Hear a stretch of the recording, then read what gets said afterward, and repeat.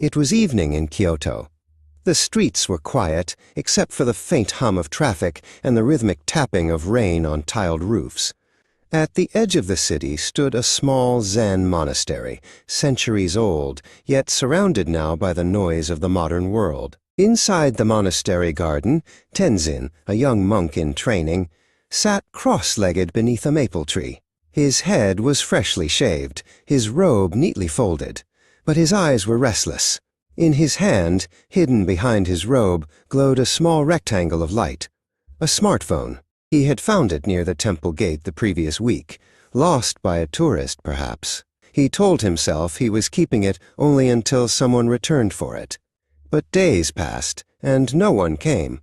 At first, he only looked at the glowing screen at night, curious about the colors and sounds. Then he began to scroll photos, videos, voices, faces. A world of noise inside a small box. The more he scrolled, the more the real world faded. The silence of the temple, once comforting, now felt heavy. Meditation became harder. His mind buzzed even when the phone was off. One morning, his teacher, Master Hakuin, called him. "Tenzin," the old monk said softly, "come walk with me." They walked in silence through the misty garden. Birds sang, water trickled from a bamboo fountain. Then Hakuin stopped near the pond and said, "You look troubled." Tenzin hesitated, then confessed, "Master, I found this." He took out the phone. "It distracts me." It showed. Hakuin looked at the glowing screen. The reflection of the moon shimmered faintly on its glass. "Ah," he said. "A new kind of mirror." Tenzin looked confused. "Mirror?" The master smiled. "Yes, it shows you everything, except yourself." He took the phone from Tenzin's hand and placed it gently on the stone beside the pond. "Sit," he said. "Watch the pond." Tenzin sat. The master left.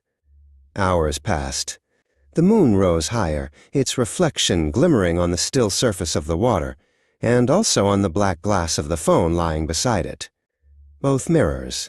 As Tenzin watched, a dragonfly landed on the water's surface. The ripples distorted the moon's image for a moment, then it returned to perfect stillness.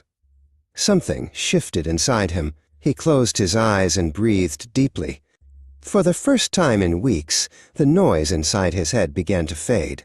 The next morning, Tenzin walked to the village and placed the phone on a bench where someone might find it.